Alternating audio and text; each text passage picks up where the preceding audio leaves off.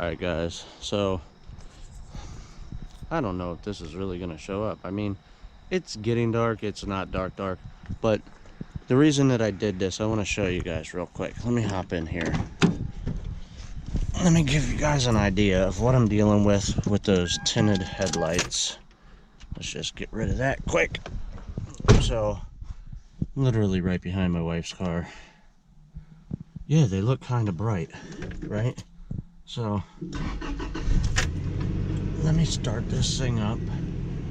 Make sure I don't back into the dually. Oh, we're good now. Alright, so, if you look at that, now you guys probably can't tell, but I'm about 20 yards away from my wife's car. The headlights just are not, I mean, these are LEDs and they're just not that bright. And I've sat there and went through the thing where with the LEDs, how you turn them to try to focus them up to your light and everything like that. So they just really, they don't project out there. They don't get the light out there where you need it. Don't get me wrong, when I'm driving down a back road and it is absolutely dark, it lights up stop signs and speed limit signs a quarter mile away, but I can't see if there's a deer in the road, down the road 100 yards. I don't see it until I'm right up on it. So it's an odd enigma with these headlights, and I don't like that they're tinted. I don't know, some people like running them tinted headlights, I just don't. So we're gonna get rid of them and we're gonna throw those. Morning guys, well, morning, night, whatever it is to you. But tonight what we're gonna do is we're gonna do a headlight retro kit. I bought these headlights about, I don't know, maybe like 4 or 5 months ago, and I bought the retro kit and I painted the bezel that goes around there that nice tan color, because in the future that's the plans for the whole truck, is to go to that tan color. That's why the bed is that tan color. But anyhow, I want to put it, I don't know, I just want to get it done because I've been sitting on the parts for so long, and I still have the fenders to put on the truck, and that's one of the main reasons that I couldn't put them headlights in. I tried to do this a while back and I didn't realize this, but the original owner, well, yeah, he was the original owner. I'm second owner of this truck. These are all a one-piece headlight, and on this generation Tacoma, there's actually a metal bar that runs down on the inside of the fender that the headlight and the marker light mount up to. Well, with these one pieces, he had to cut them out. That's why I ended up getting those. That's one of the reasons that I ended up getting those fenders. So I'm not gonna do a step-by-step on how to do that. There's hundreds of other people out there that did it, but I wanted to show you guys, you know, a beginning of what I'm doing and maybe a couple of the hardships while I'm doing them. You basically bake the headlight at 170 degrees for around 10 minutes on new headlights. On something that's old, it takes longer and higher temperatures. But like I said, there's a bunch of people out there that have these retrofit YouTube videos, so I'm not gonna jump on that realm. I just want to do it. I might show you some of the hardships, and then I'll show you the end product. So I don't know, hopefully you guys enjoy the video, and hopefully the end product's gonna be cool. Now, with this being a projector, I don't really need the silver around the outside of this headlight because everything comes directly out of the projector. And I have that, so once I get it apart, I don't know, I don't plan on painting them tan. I want to kind of get it apart, get the lens off, get this in, see how it looks with that around there, and go from there with it. I don't know how it's going to look. If I end up having to paint it, what I'll probably do is like this outside edge. There's a outside edge that goes around about where my finger is, and I'll paint this area that tan color. So the center reflector, well, that'll be gone, but the center reflector area will all be still the chrome. So I don't know, I'm gonna go in there, get the oven warmed up, and get after this. So hopefully you guys I don't know, hopefully you guys enjoy it. And if it's something that you've been thinking of, like I said, there is a plethora of other videos detailing every step of this. Alright guys, so a tip. Any of this type of stuff, the bracketry, anything with metal that you can get out of the headlight, you're going to want to take that out before you put it into the oven. Not only that, but when you pull them out, they're going to be 170 degrees. 170 degrees isn't stupid hot, but nice pair of gloves. A lot of people use stuff such as like the nylon splitters for taking like rubber stripping off of your vehicle and stuff like that. I'm going to use this nice stiff scraper. So I will get back to you guys once I get one of them apart. I've got the oven in there preheating. Oh yeah, don't forget, put your headlights on a cookie sheet rather than just putting them on the grating. Spreads out the weight, and you don't have to worry about the grating basically like melting and distorting your headlight. So just a couple tips. We'll get back to you as soon as the oven preheats and we have them in there for about 10 minutes. I'm going to try 10 minutes, see how it goes.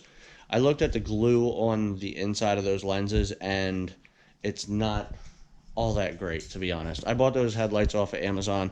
They were cheapy headlights, so the glue isn't the greatest. Another thing that you're going to want to do, I know you can hear me open it up,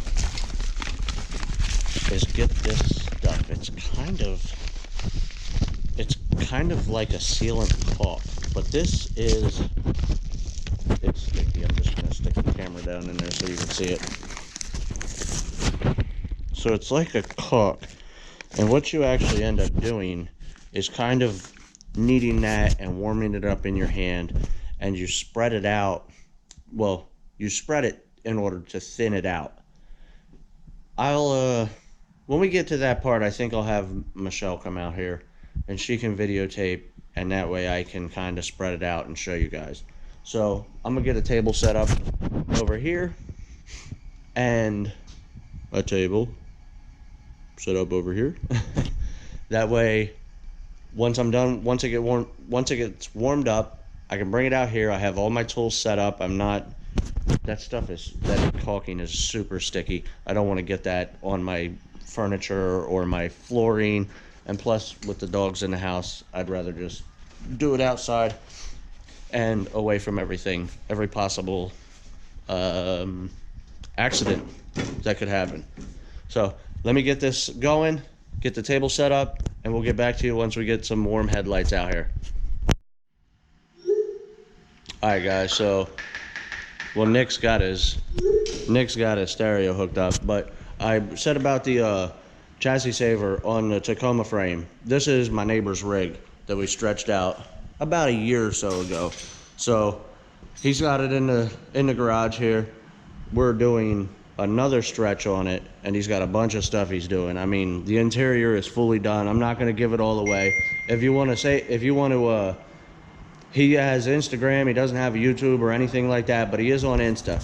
But I wanted to show you guys, because I said about if you're painting onto a newer surface with that chassis saver, how nice it comes out. I mean, you can see my reflection in it, and there are some runs. Like I said, it goes on with a paintbrush, but I'm imagining if you would put it on a little bit, maybe a little bit nicer, let's say nicer, or take a little bit more time with it, it might come out even more mirrored out like that. So if it is something that you've been thinking about for your project, I wanted to give you guys an idea of the way it comes out onto clean metal. So like I said, if you want to follow him on Insta, mad_max_T600, And he's going to be doing cool things with this. I mean, we're getting ready probably within the next couple weeks here, cut the frame, and it's going another 36 inches. I think he's at 300 wheelbase right now. So, hey, you got to follow him though if you want to check that out. But I did want to give you guys an idea with that chassis saver, how it turns out and everything like that. So, we'll get back to the headlights now. All right, there's the Insta if you want to follow my neighbor, Mad Max T600. Mad_Max_ T600. All right, guys. So that didn't take nearly as long as I thought it was going to. That's why I had it on the time lapse. But this is the glue that came from these from the factory, and I don't know. It is what it is. So before I put these together, I'll end up cleaning this all up. Now, I still have the oven still going, and I have not my oven glove. I still got to get the other set apart. So I'm going to go put that in there, and the 15 minutes worked good. Now, I am walking from my house out to my garage. It's, I don't know, it's probably mid to upper 60s outside. So it does get like a cooler blast than it would if I stayed in my garage, plus the time to come out. So 15 minutes worked really well. So I'm going to put the other one in for 15 minutes, and I'm going to come back out here, and we're going to throw that retro kit in here using that 15 minutes of time, and we'll see how it looks. So, hey, we're going to get back at it. All right, guys, so we have got the headlight together, and I kind of like the way it is. I don't know. I'm really on the fence about doing these areas in that tan. I really, because I'm leaving the grill chrome, so the headlights play into that. Everything else on the truck's going to be either black or that tan. So, I'll give you a little bit of a side view of it. But something that I did want to say to you guys, and I didn't say it yet. Let me grab this parts bag. Where we got it here. There it is. So here's your parts bag. These nylon pieces here, that goes in behind. I don't know if you can see it in there. I'm hoping you do. But, so, you buy this stuff to seal the front of the housing. You gotta make sure you get that in there nice and tight. And what they tell you is when you turn this down, you will actually feel the aluminum kind of distort. That's what took me a little while. You really gotta kind of take your time on that. But you'll feel the aluminum kind of distort, and that's what locks it into place. So if the front of your headlight is sealed and the back of your headlight is not sealed, you're still going to get moisture in there, and it's still going to look like crap in 6 months. So take your time when you do that. Make sure, don't forget to put those in. It comes with the other style of bulb enclosure. So if you're not running a H7, I believe this is, I'm not really certain what that one's for. Maybe an H4 or an H1 bulb. I'm not 100% positive. It took me a little bit because I forgot to pull this off.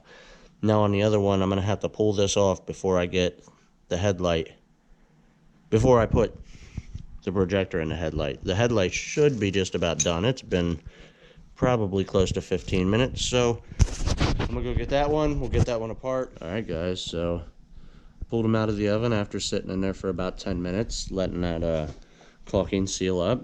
And I'm pretty confident we got a good job there. I don't think we'll have any leakage into that. Now, I did plug these in inside the garage here when it was dark out, and the light that they put out it's way, way better than what I have going on right now. So, let's, I don't know, I'm gonna go inside, do some editing, upload this video. Hey, I hope you guys liked it. If first time watching the channel, go ahead and hit that subscribe button and turn on the bell so you get notifications. And hey, again, Thanks, guys. I really appreciate the good feedback that I get from everybody, and I am really starting to enjoy doing the YouTube thing. It's kind of motivates me to keep on task and keep doing stuff, and keep putting it out there, giving information to people. So, hey guys, thanks a lot, and we'll see you in the next upload.